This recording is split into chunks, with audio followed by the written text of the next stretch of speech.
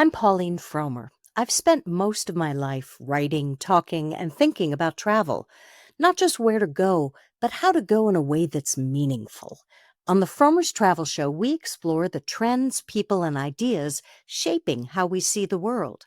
If you care about the why as much as the where, I hope you'll join me. You can find new episodes weekly at voyescape.com. This is a Voyescape podcast. You can find all of our travel podcasts from around the world at voyescape.com.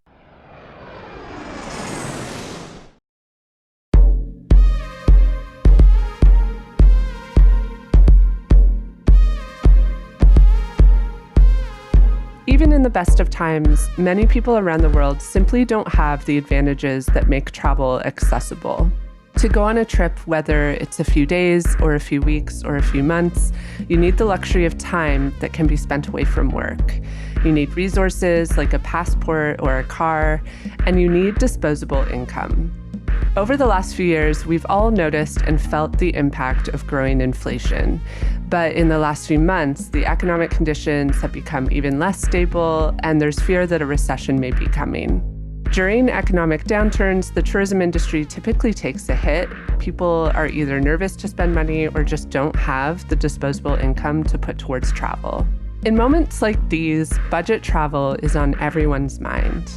Many of us look for ways to quell our travel itch for as little money as possible, but can we actually do that responsibly? Today we're chatting about how, during difficult times like these, we can approach budget travel in a mindful way.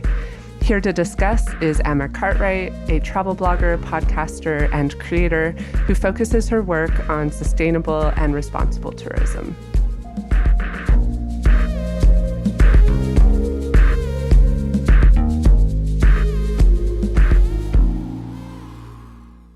This is Curious Tourism, the podcast focused on making travel better for people and the planet. I'm Erin Hines, travel writer and content creator, and I'm joined by my producer, Katie Lohr. That is me. And if you enjoy the show, Erin and I would love for you to support it in some way. And it's really easy to do so. First, you can make sure that you're actually subscribed to the show on your favorite podcast app right now. And second, keep an eye out for all the cool stuff that we're posting on the internet, all the cool stuff that Erin's posting on the internet. And if you like any of it, send us an email, or you can review the podcast on Apple Podcasts or Spotify. And on that note, you can also get in touch with us directly on social media or by email. All our contact info is in the show notes. Well, welcome, Emma. Welcome to Curious Tourism. Thank you, guys. It's an honor to be here. I've been listening to the show, so I'm really excited to talk about this. And I've been listening to yours. And I was on your show a few months ago, I think like in February maybe, which was awesome. And for some background, Emma and I have been chatting mainly through Threads. I think Threads is where I found you. I followed you over on Instagram, and I love like all the content you put out and the thought that goes into your work. So thank you. Definitely follow Emma if you're looking for some more responsible or sustainable tourism folks to follow on the internet. Before we get into our discussion for the day, I wanted to talk a little bit about what's top of mind in travel news these days. For me, it's over-tourism. It often is over-tourism, but especially with summer coming in the Northern Hemisphere, I think this issue is becoming front and center again. I'm already seeing lots of articles discussing over-tourism, especially in Europe. So something that I thought was interesting was this article that I came across titled "Over-Tourism Prompts Travelers to Rethink 2025 Travel Plans." And this article was published by Global Rescue.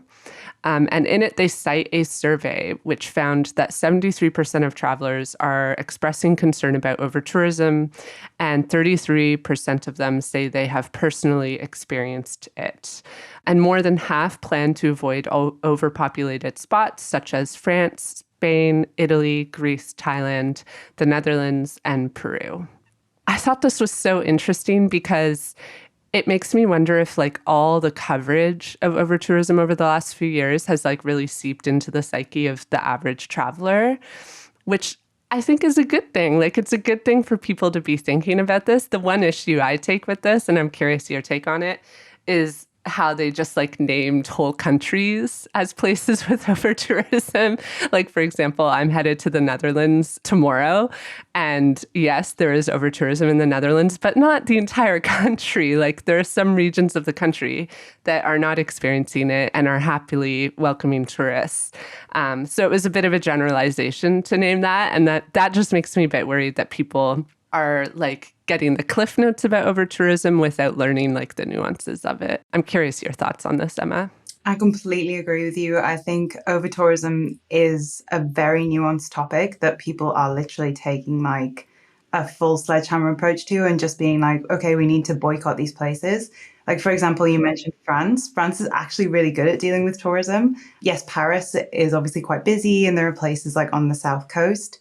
But in general, they've got an amazing system and they've got a lot of tourism locally as well. So a lot of locals go and visit like other places in France. And then when we're talking about, like you said, entire countries, I actually saw an article about this and I got so mad that I wrote to the people who wrote the article. And I said, this is really irresponsible because they had basically said they'd called it like a never go here list or something like that, like the permanent blacklist, I think it was called. And it was Bali. I know. And it was like Bali and places in Thailand, maybe Phuket. And it had this like list of places where it was saying you should never go here because they're really suffering from over-tourism. And I thought, my God, we've lost all of the nuance from this issue. Because you cannot just do that and essentially strip locals of the right to a decision of whether or not they accept tourists. And it's interesting too, seeing how it's like seeping into like online culture as well, because recently I saw someone posting like really emphatically about how they don't travel to Europe and like it's immoral to travel to Europe because of over-tourism. And I was just like, this is just a sweeping generalization. And like, let's not make this a moral issue. Like, sure, there's like morality involved, but everyone has a different degree of access to information and we can't expect everyone to like understand the nuances of this. Like, let's just spread awareness and not judge, please. So it's like worrisome to me to see those kinds of narratives erupting. And it makes me like literally the other day I thought to myself, oh my gosh, are people going to judge me for going to the Netherlands in May because it's almost high season? Like I literally thought that. I was like, oh gosh, like people are going to be upset, but like my family lives there. Like I have to go. It is so interesting that you notice this is coming up online a bunch because I've also noticed this. This seems to be like a trending topic online right now. Not even people in the travel space, but a lot of locals too. Like I saw a ton of this content when it comes to Japan, and I saw a video of a woman who lives there saying like all of the over-tourism taxes are like coming into play soon for travelers. Like here's what you need to know, and it's kind of across the board. And I was wondering, like, is this just like my algorithm maybe because I'm in like the travel space? But it's definitely seems like a trending topic right now. Yeah, and one that I saw was Hawaii, and it was actually a local posting it, and to me, and it was on Threads, which Threads does sometimes lose the nuance because it's so short form. But they were basically saying like, we, the Hawaiians, are asking for you not to come, stop coming. And it was quite shocking to me because I was like, okay, so are there like no areas where they are welcoming tourists? And I tend to listen to locals. I know you guys do as well, and like try and get their feedback. So if entire local populations are saying, do not come here, obviously that's really different from like what you were talking about, Erin, with these just labeling entire countries as over-touristed. But then where do we get like, where do we go with that information, you know? One person can't speak for the entire country. I think it's really important to like look to multiple sources to get a sense of what the feeling is versus just trusting like one person that you see posting on Threads. And I do think it's also important to remember like this needs to be reevaluated. At the moment, Hawaii for the last few years there are multiple sources saying we really are not welcoming tourists at this time. That doesn't mean it's going to be like that forever, because I sometimes see people react like really emotionally to this, and it doesn't have to be forever. They may be focusing on building infrastructure to support tourism in the future. Things change. It won't always be that way. And so I think it's important that people remember that. And that's the whole point of asking people not to come is like, hey, can you give us a break? Give us a breather here. We need to reset before we welcome people back. Yeah. Interestingly, last little tidbit I'll add to this. I also read that Venice has expanded their day tripper tax. So as of April 18th, so it's now in effect, they are charging non-overnight visitors an entry fee of 5 to 10 euro, depending on how early they make their booking. And it only applies to the 54 high traffic days between April and July 27th, which is more than last year. But yeah, people get really upset about tourist taxes, but I do feel like in this scenario, it makes sense as long as they're using those funds for good things that will help support tourism. I don't know. What do you think, Emma? Yeah, I agree. I think there's a lot of chat about tourist taxes being elitist, but I think at the end of the day, we have to acknowledge that it is a privilege. It is a privilege to travel, like in itself. So if you have that privilege, then it's not that much more on top. And as you say, they often do use the taxes for really good things, especially in the case of Venice. I know they have some good initiatives. So yeah. And this is a day tripper tax, which I think is very different than like a general tourist tax, because it's saying, okay, you're not spending a night here. You're not going to be eating your dinner here, booking a place to stay. It means you're not spending as much money as like ideally you would as a tourist visiting a place. And so they're just asking for 5, maximum 10 euros to help infuse like some more support for the community. In this scenario, I think it makes total sense. Okay, so I know you brought something to chat about as well. Yeah, so this is semi-unrelated to our episode, I suppose, but something I've been seeing more and more on the rise on my social media, which kind of prompted me to do my own deep dive. And I ended up listening to a really insightful podcast about kind of the philosophy behind it, is slum tourism. Hugely controversial topic. The concept of going into a low kind of socioeconomic area within a city, a slum, a township, a ghetto, like it's got lots of different names, and essentially just walking around and looking at what people do there, which is as I say, very controversial. From what I've been hearing, and obviously from what I think myself, massively exploitative, doesn't really make its way in terms of finances back to the people there much at all. But for some reason, it's become a trending topic. It seems to be hugely on the rise. And I find this, especially the podcast I was listening to, very interesting, because it was kind of talking about the philosophy, like even if we go like way back in history and what philosophers think is kind of human mindset on these things. Like it's in nature to be curious. Obviously, you guys know that from this podcast. But how we shouldn't be using other people to satisfy our curiosities. And I definitely think that that's something that is worth bearing in mind before thinking about one of these kind of tours. Oh, definitely. This is actually a topic we've wanted to cover for so long. A couple months ago, I got an email, a very long and insightful email from a listener. And I just pulled it up because I remembered the subject line being really good. And the subject line was, "Where does deep travel end and poverty tourism begin?" And this was just such a fantastic email, just filled with this person's thoughts on what they'd witnessed in their travels when it comes to slum tourism and poverty tourism.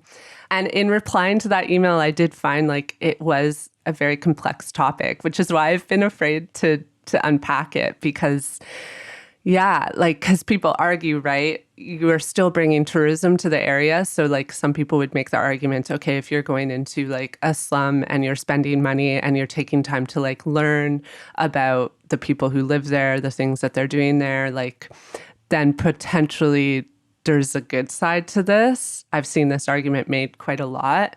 I'm sure you've heard the debates over, let me look it up. Dharavi. Yeah, I knew. Yeah, so I see it on TikTok all the time. People arguing about Dharavi slum, whether you should go or not, and it's for that reason, because I know that there is a tour that operates there that people argue is a good tour because it's about educating you about the communities within Dharavi, how they're making money, the industries that exist within it. So to be honest, I don't really have a thought on this because I just haven't unpacked it in enough detail yet. But I think it's important for people to think about this. And we talk about this all the time on the show, but before doing something like this on your travels, think about your why. Why do you want to have this experience? What is this experience bringing to you, and what is it bringing to the community? I think taking a step back and considering these things before booking a tour like that or independently traveling into Slum is really important. I'm genuinely surprised to hear that it's on the rise. And like on that note, why is that? Do you have any insights on that, Emma? Yeah, when I say I did a deep dive, my God, it's been like 3 days of just me reading. I get very into these topics. But anyway, They might call that doom scrolling, Emma. No, doom scrolling with like scientific articles and stuff. Like I went way too deep. Love this. But one of the things that kind of made my mind up is that at the moment, like the money just isn't reaching the communities that it needs to. Like even the Dharavi slums, there are no known examples where the local people are like actually benefiting so much, which is, for me, that's huge. Like if we're not putting that money into the community, then essentially we're just going to gawk.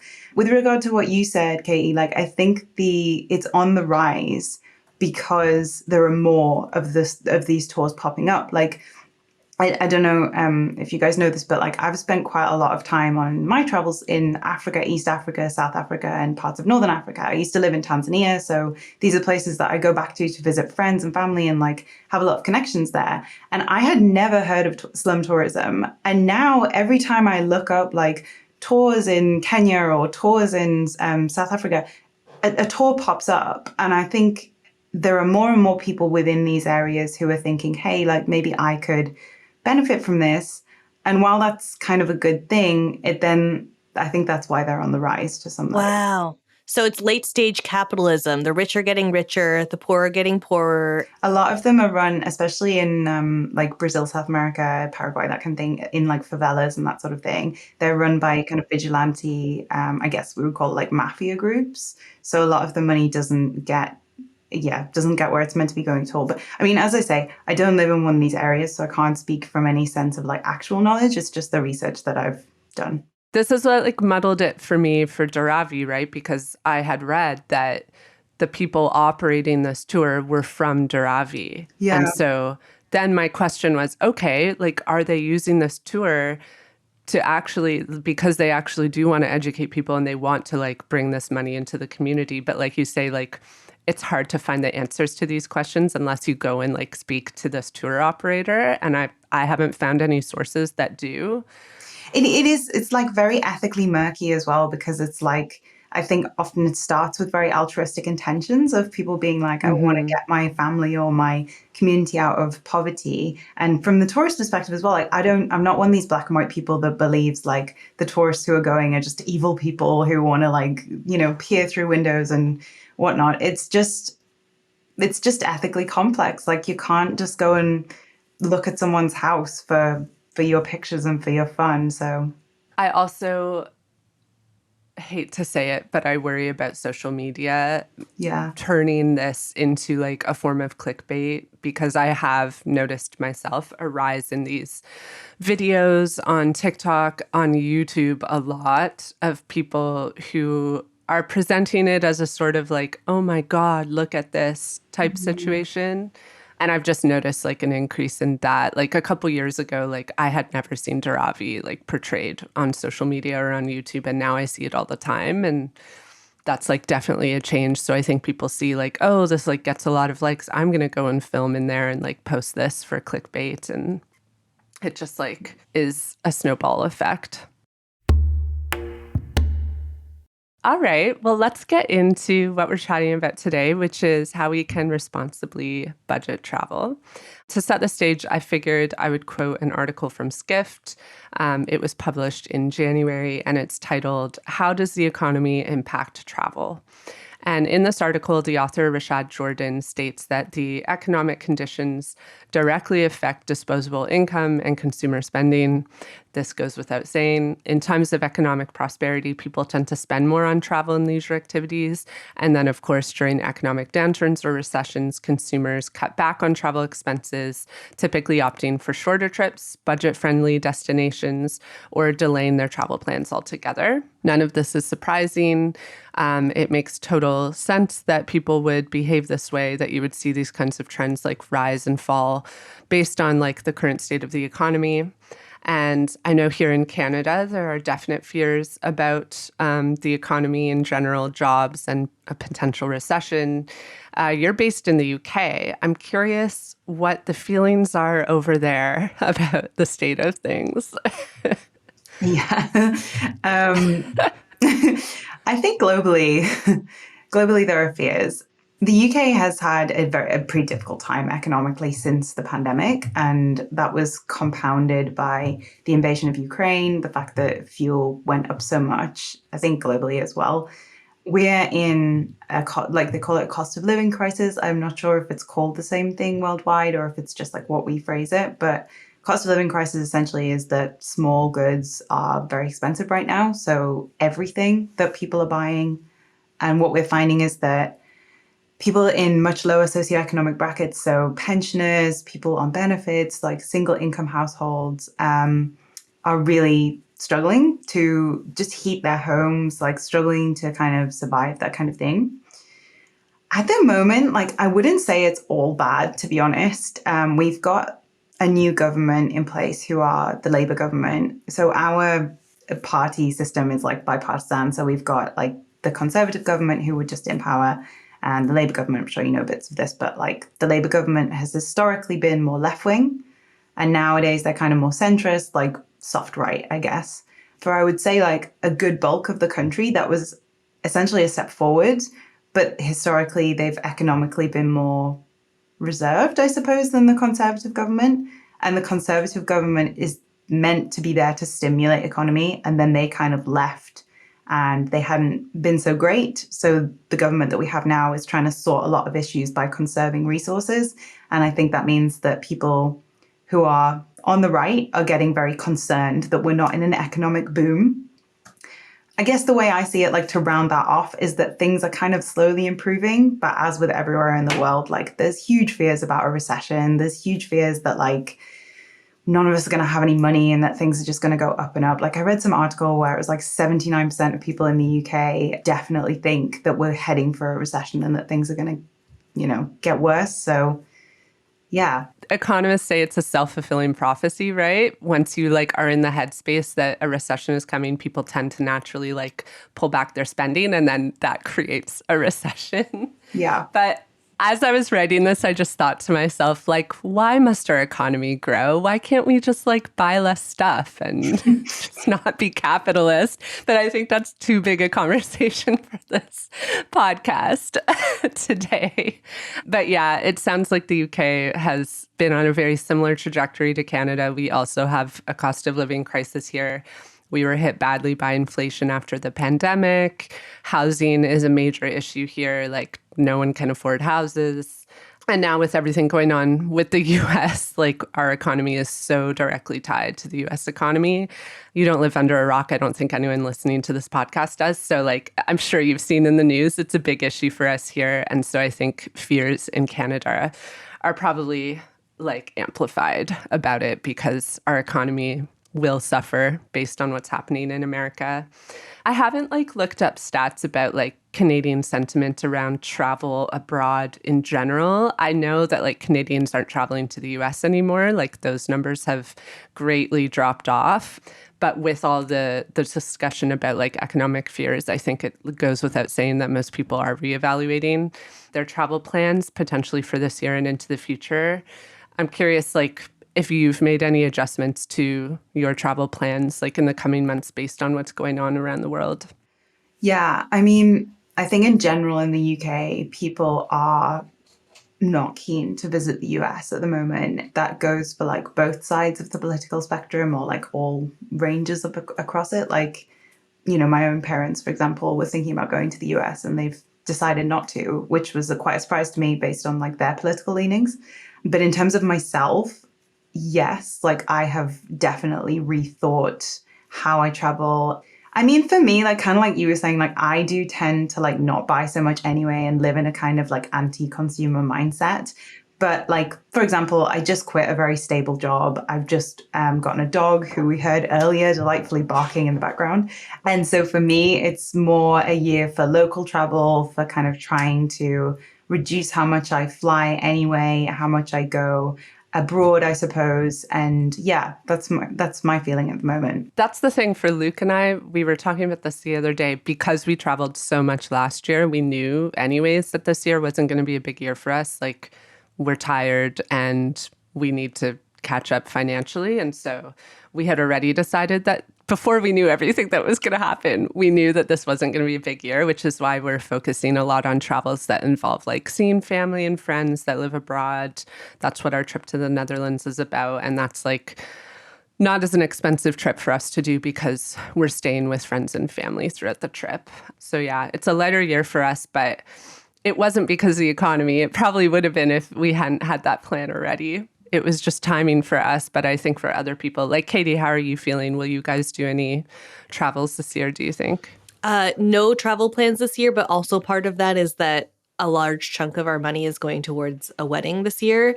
So Congratulations. that was also, thank you. That was also in the cards, was like, let's take it easy. That being said, I do have plans to go to London at the end of May for a podcasting conference. And I've sort of tacked on an extra day at the beginning and an extra day at the end. Barely. And that was like consciously done because I was like, let's try and keep, the only way I can justify going to the UK right now is to like try and keep this under $1,000. And so I think normally in the past, I might have been tempted to stay a couple extra more days. So that was kind of where my brain was at, was like, even if I'm going to go, I'm going to keep it like under a certain budget.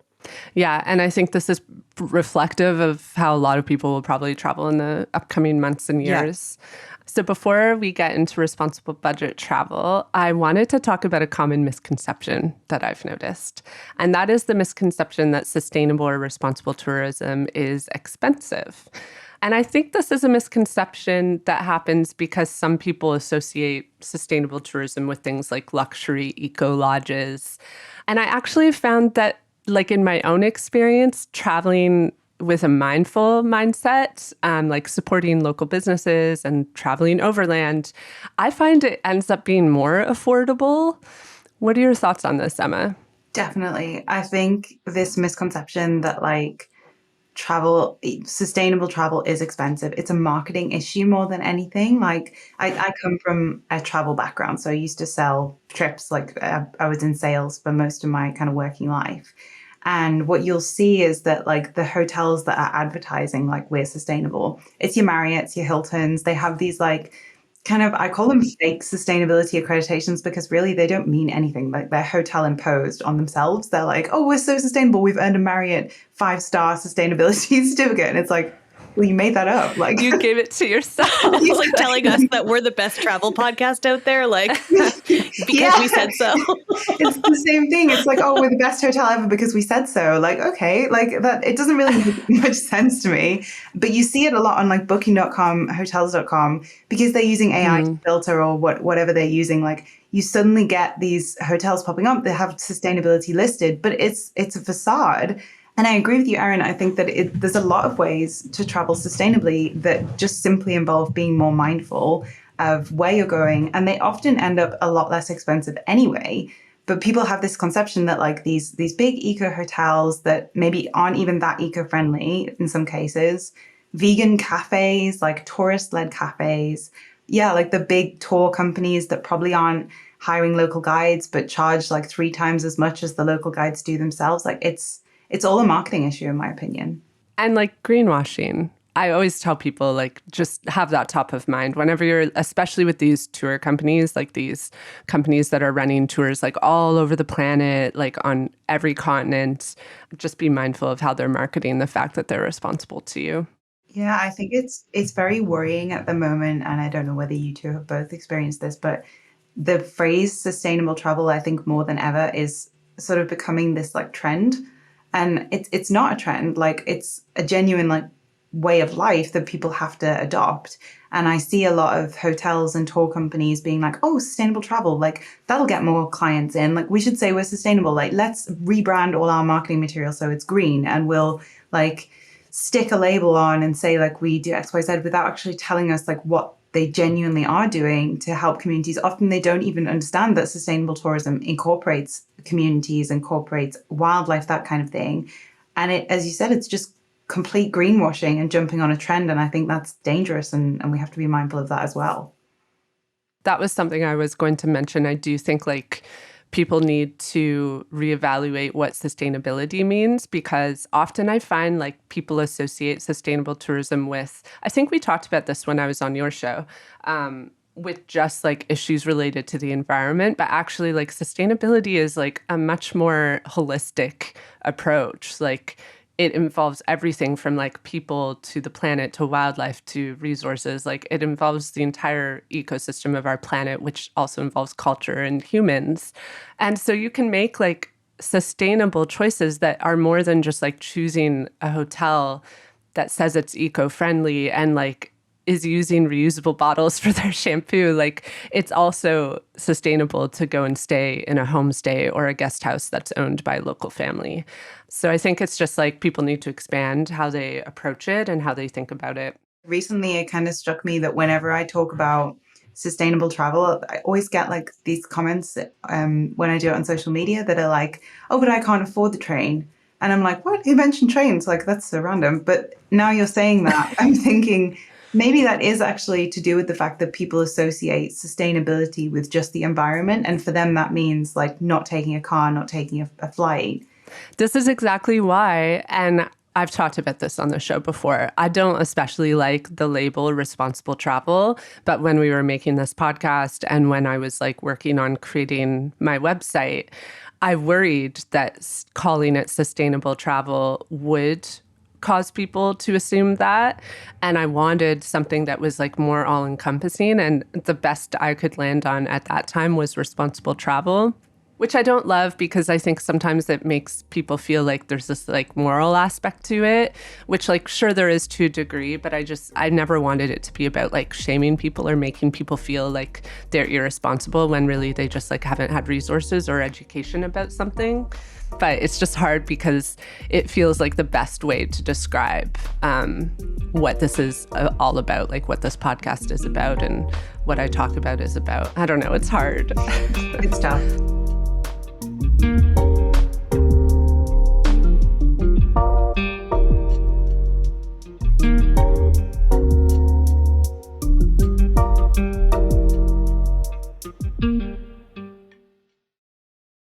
So I think we both agree that it's possible to strike a balance of mindful travel practices that center the communities we visit with a more budget-conscious style of travel. So we've talked a bit about a few ways that we've done this, but are there other ways that you've achieved this balance in your own travels? Yeah, I mean, you mentioned homestays. I think that they are one of the ways we've talked about already, but I really think that they're important to reinforce because they often have a very low kind of carbon footprint just because they're dealing with so many fewer people, so many fewer resources. And also like guest houses as well, same kind of thing. And when you're talking about like these big expensive trips that people do, like the kind of safaris and the once in a lifetimes, I guess, that people aren't going to do every time they travel. Often I think people, not that it's a misconception because a safari is really expensive, but when we're talking about going with these tour providers, they often don't pay their guides kind of that much. Whereas if you go to the local guide directly, you can be putting all of your money directly into their pocket. And it often is a bit of a saving as well. So that's a great one to think about. Buses, like public transport and just kind of getting on the bus and having a chat with someone, like that's always a personal favorite of mine. There are so many ways, but they kind of just involve, it's just this mindful aspect again, just having a conscious thought of like, what am I doing? Is it necessary to book something with an eco label? Or could I in fact just do something that's that little bit more frugal and naturally underconsumes and doesn't kind of take as much from the place that I'm visiting? Yeah, I love your point about the safari trip because so many people have talked to me about this since Luke and I were in Tanzania. And I always tell people we didn't stay at a single lodge. We didn't stay any lodges. We stayed in hostels the entire time. We camped. Like, you don't have to do it in this flashy way that you see portrayed online all the time. And you can get around Tanzania by bus. It's very easy and great. like actually quite fun and very affordable. I think it also sometimes is about comfort. People want the most comfortable option. And something I've started telling people is, yes, like you could take a train or a bus, but if you want more comfort, like consider just hiring a driver then versus taking a flight. Like in a lot of countries, that'll still be cheaper than booking a hopper flight, and it'll be more comfortable and probably a little bit faster. So if you're looking for that middle ground, there are options for making yourself more comfortable. Like this is something I tell my parents, like they're in their 70s, they want to be comfortable at this stage in life, but there's still ways to do travel in a way that's like slightly more sustainable without having to give up your comfort. Yeah. And often like budget travel is naturally sustainable. I don't agree that it's always the most sustainable way, but it often is. And there are like I was saying, you're talking about your Tanzania trip. I think that's fantastic. Like my husband and I, for our honeymoon, we did backpack from Cape Town up to Cairo.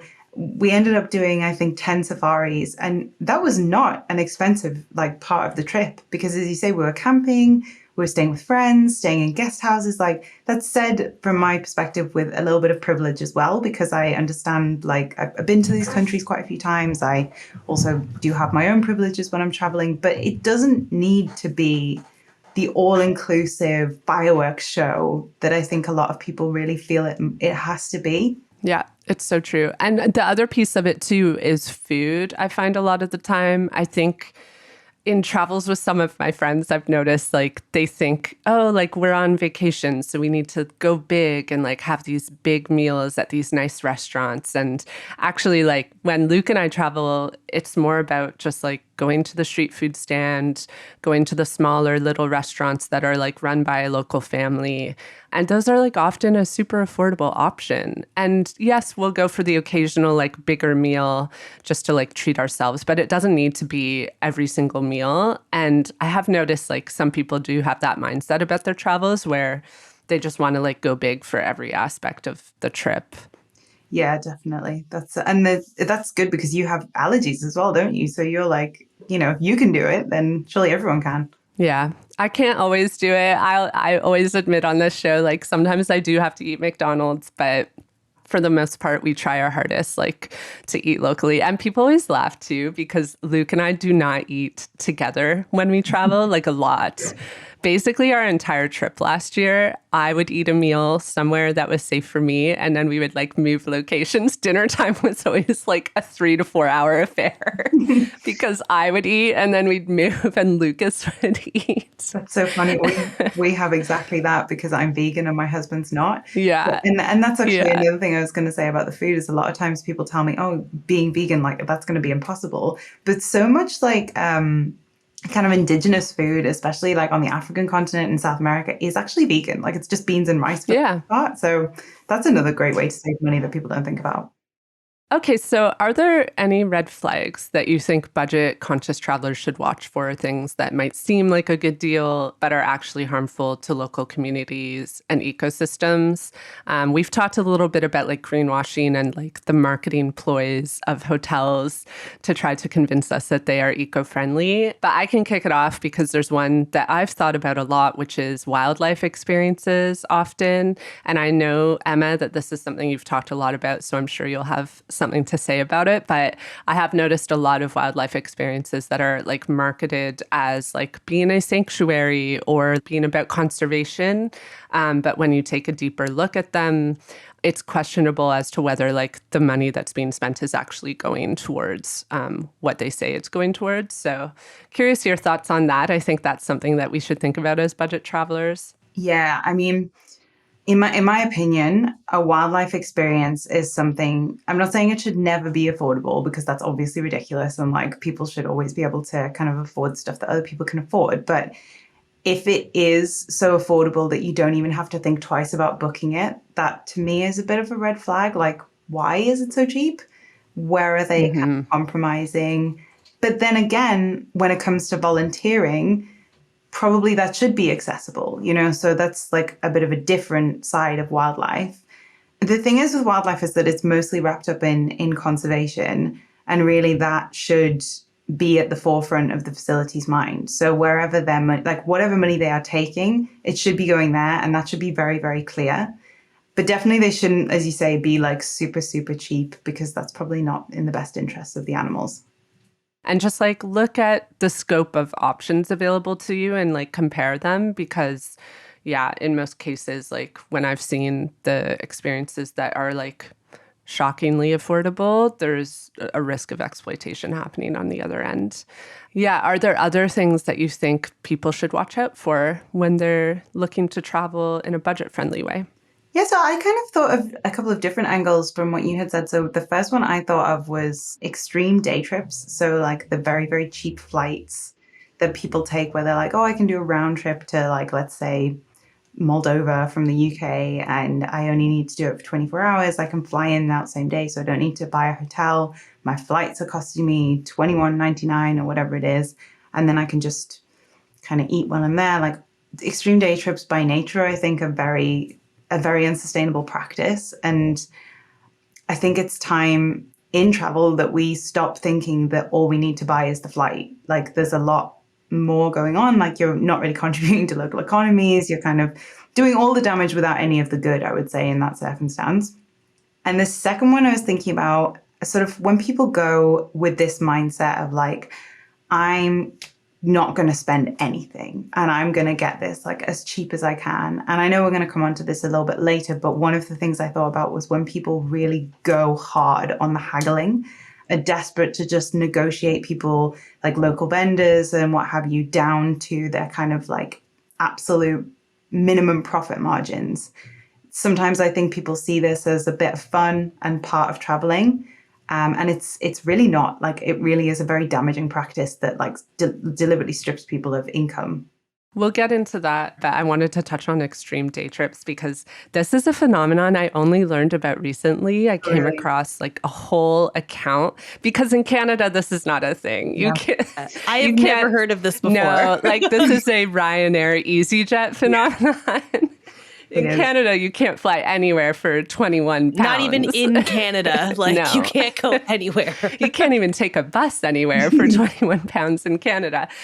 So yeah, I'm just like fascinated by it because I found this account that was based in the UK and promoting these trips of like flying to somewhere in the EU just for one day. And my mind was blown by this. Like the irresponsibility of it all, like aside, I was just like, that doesn't look fun. That looks exhausting. When you said you can't fly anywhere for 21.99, so there's a very famous flight in Europe that goes between, I think it's Warsaw and Gdansk in Poland, and it is €2.99. Stop. Yeah, every day. So you're not even paying. Like I think Ryanair just run it for a sort of like a laugh because they essentially they make the money on other flights, right? So you're not even paying for the taxes. Like you're just paying for like, I think the main one you have to pay is like the Polish import tax or something like that. It's wild. Whoa. So I read like years ago that France has actually outlawed flights below, it's like a certain distance. And I wonder if this is something that's like under discussion in the EU, because I know that people argue a lot like, well, it's too expensive to travel by train. Like we need these budget airlines. But I don't know, like when it comes to flying, I don't like to fly shame people, but just taking a flight that's like an hour or less to me is just so unnecessary because like door to door, going by train or going by bus, you're going to spend the same amount of time. You're not really saving time like taking a Ryanair flight. So I wonder if this is something that you've heard like discussed maybe in the UK and in the rest of Europe, like whether there should be more restrictions around this. Yeah, so definitely the France thing was a super interesting policy, and Spain is considering following suit, as I understand it. In the UK, we have a lot of flights that you can take between like London, Edinburgh, London, Manchester, London, Glasgow. And I agree with you. I think I don't like flight shaming either, but I do think that if you're going to go from London to Manchester, that is roughly a 2-hour train and it's a 30-minute flight. So the flight is actually longer because you'll have to get to the airport and get out the other side. So I would quite like to see policies whereby they kind of make those flights redundant in a way. But I think, especially in the UK, that would maybe involve like renationalizing the train service to make them more affordable, because our trains are expensive. Like they're much more expensive than the rest of Europe even. And I think we do have to recognize that people have a right to travel and like to get like travel within their own country and to get to these places. But at the same time, a lot of people using these flights are not those people. They're like business people who are just trying to get there on a budget. It's not like people going to see their families needing to get there urgently, because they would be faster on the bus or the train to do that. Yeah, we have similar conversations here in Canada because there are flights that operate between Toronto, Ottawa, and Montreal, and all of those are distances that you can easily do by rail. But the problem in Canada is our rail system is really not reliable and extremely expensive. And so people they can't justify like paying for the train because like famously, like if you take the train, it says it'll be 3 hours, but like it's always double the time. So it's like an infrastructure problem to a degree. It's like if we built a rail system that was reliable, then people would want to use it more. There's also discussions right now around like high-speed rail in Canada, which I think is like really, really needed because we're a big country and it would just like really change the game to have high-speed rail as a way to get from place to place versus having to rely on flights. My sister-in-law took the train once from Vancouver to Toronto and she didn't get like a sleeper bed. Oh no. Throughout the trip, my mother-in-law like always laughs when she tells me this. Like every few hours we would get like a more distressed text message from her. Oh. Because she was on this train and like these trains are always delayed. So she was supposed to be on the train for like 72 hours, but it ended up being like 6 days and like she didn't have anywhere to sleep. That's way too much. Yeah. No, because I was going to say, when I was a travel agent, I booked a train round Canada trip for my uncle, because he really wanted to do it. And one of the trains that he tried to take was Halifax to Toronto. And it was so funny because they like basically via rail were just like, yeah, no, we're not going to run that train. And he just like on the day was like, what? Like, what? So, Yeah. Like, what am I meant to do? And they were like, well, we're around tomorrow. And he was like, no, I can't go tomorrow. Like, I have to go today. Oh, it was a disaster. I had to book him a flight in the end, but... Yeah. That sums up the Via Rail experience in Canada for sure. All right. So you touched on it a little bit already, but I do really want to like dig into the extreme budget travel phenomenon a bit more because I started thinking about it years ago when I encountered someone that was participating in this. I was traveling in India and we were in Varanasi, and there in the evening in Varanasi, there's a place along the river, like by the Ghats, where they hand out food to people who are in need. So anyone in the community can go down to the Ghats and have a meal for free. And we noticed a white man in line waiting to be fed, and we were enraged because we just thought to ourselves, like, you can have a meal in this city for less than $1. I'm sorry, but if you have to beg for food or like go take a free meal from someone else in Varanasi, like what are you doing here? Like you need to go home. You're at that point where like you can't afford a meal that costs less than $1. I'm still mad about it today. Like it'll never not make me mad to think about this person that we saw. I later learned that there is a phrase for this called beg packing, which like kind of refers to something different than what I just described. So it's like people who are traveling with very limited means, like to an extreme. And we came across it again last year in Pokhara, Nepal. We came across some white people who were like playing music on the side of the road, asking for money from tourists, from locals. They just like fully had like a little dish out and we're expecting people to give them money. So this is a term that is used generally to describe tourists who are begging, busking, or selling things on the street in lower income communities as a way generally to fund their own travels. I'm curious, have you ever come across this in the wild yourself? I've seen it more on Instagram, actually. Okay. People sort of boasting about it.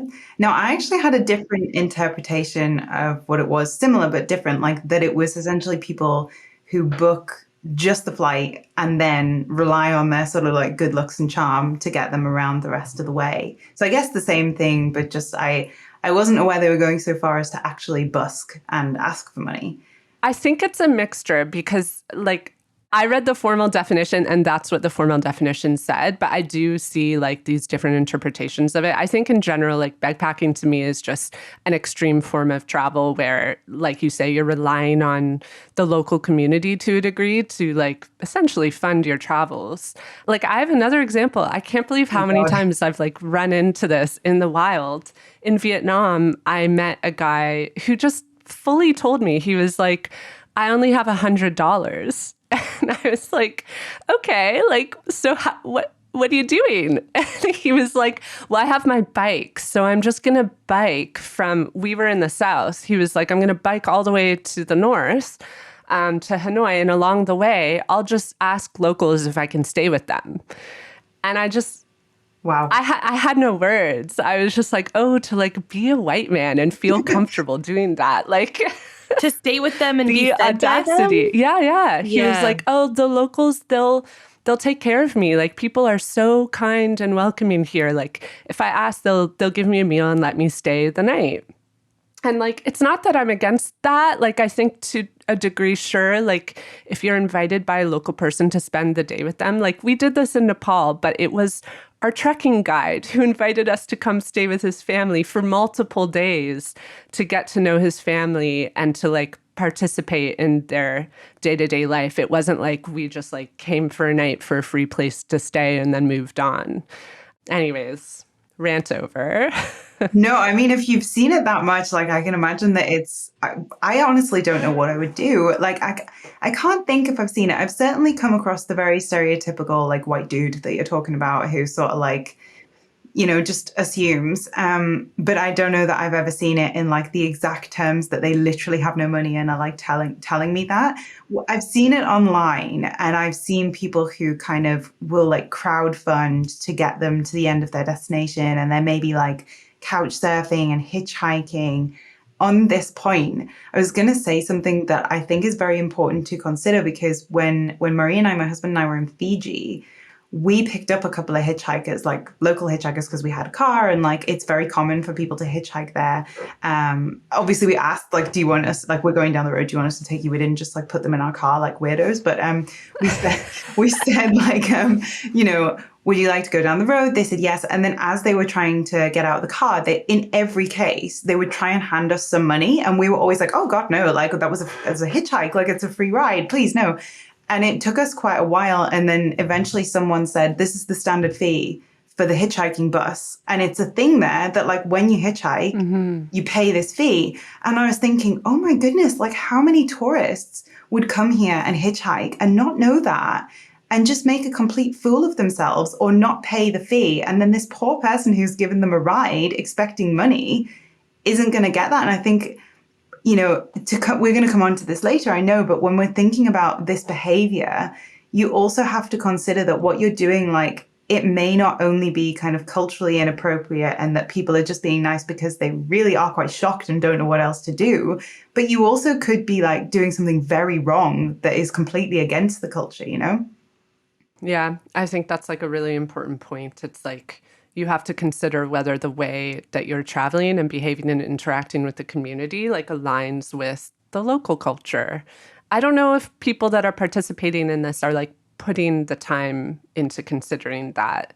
And yeah, like for me, the big problem obviously is like the resources, like the use of resources that like should be going to people within the community. And I just, yeah, like my feeling about this now for years has just been that this type of travel just really reflects like broader issues of privilege and entitlement, like in travel culture. I just think like if you can't afford to support yourself traveling and like be putting at least some form of money back into the community, like I don't know that you should be traveling. I think you should use the last $100 you have to get home and then travel when you have money to spend again. Like, obviously, I said earlier that we need to stop thinking of travel as just the flight. And I think that really applies here. Like, you wouldn't go to dinner knowing that you couldn't pay for the full bill plus tip, like if you tip in your culture. You wouldn't do that. You would go out with the full money that you need for the drinks, the tip, the food. And that's how we live. That's how society functions. So to think, oh, well, I'm just going to book my flight and then like, by the grace of the gods, I'll survive. That isn't how life works. And you're quite right that it does come from a broader issue of privilege, because you would literally never get someone who isn't white doing this.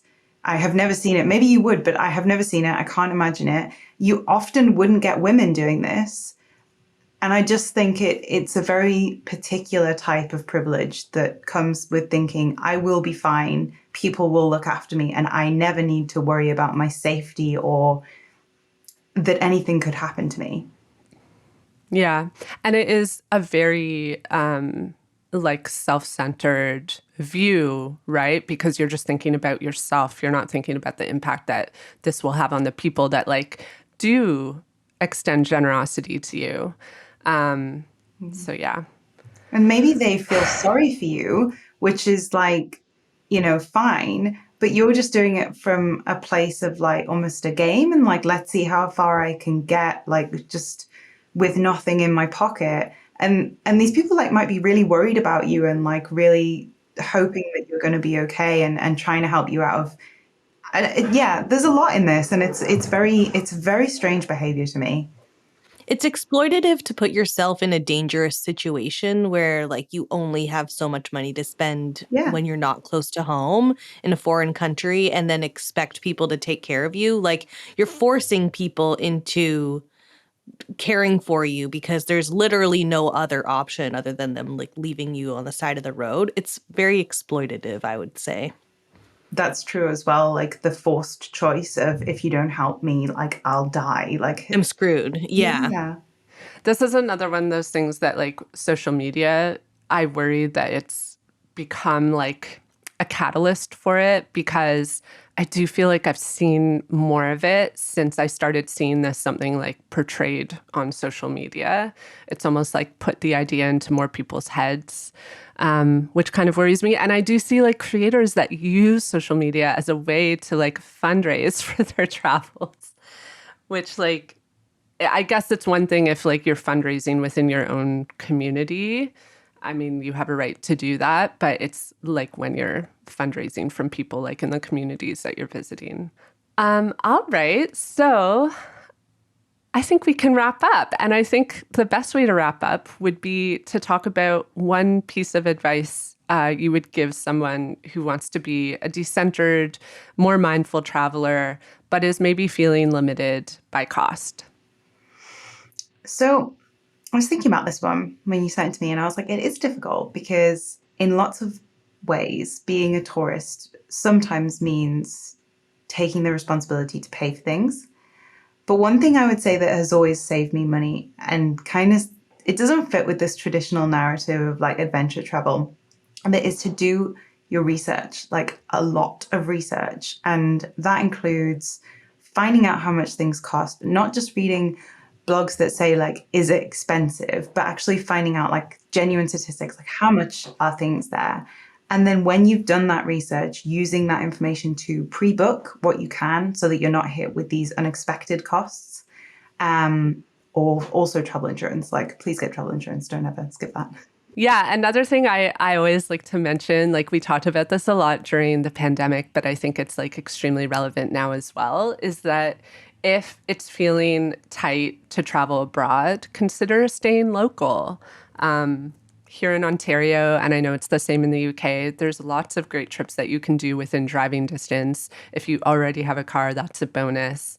And the best thing about it is then you're infusing tourism dollars into your own community, which is not a bad thing. So maybe this year, which is a little tighter for most people, is a year to like focus on local travel a bit more than going abroad. Yeah, I love that. Yeah.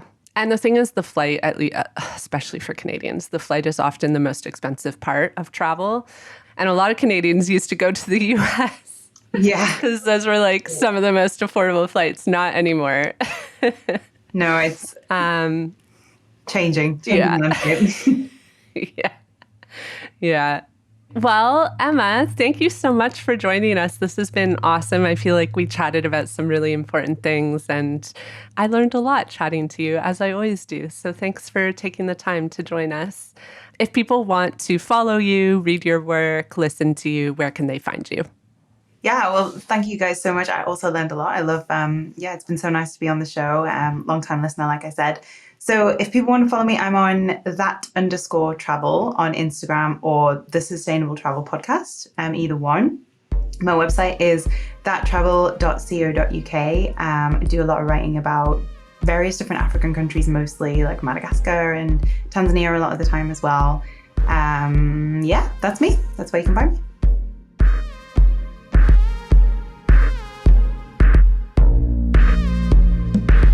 Thanks for listening to Curious Tourism. If you enjoyed this episode, don't forget to share it with a fellow traveler. If you're feeling extra generous, you can leave us a 5-star review or support us on Patreon. Anything you can do to support the show will help foster meaningful change throughout the travel industry. Curious Tourism is written and hosted by me, Erin Hines, and it's produced and edited by Katie Lohr in Canada's Toronto area. If you want to reach out to us, check the show notes for all the info you need. Stay tuned for a new episode next month, and of course, stay curious.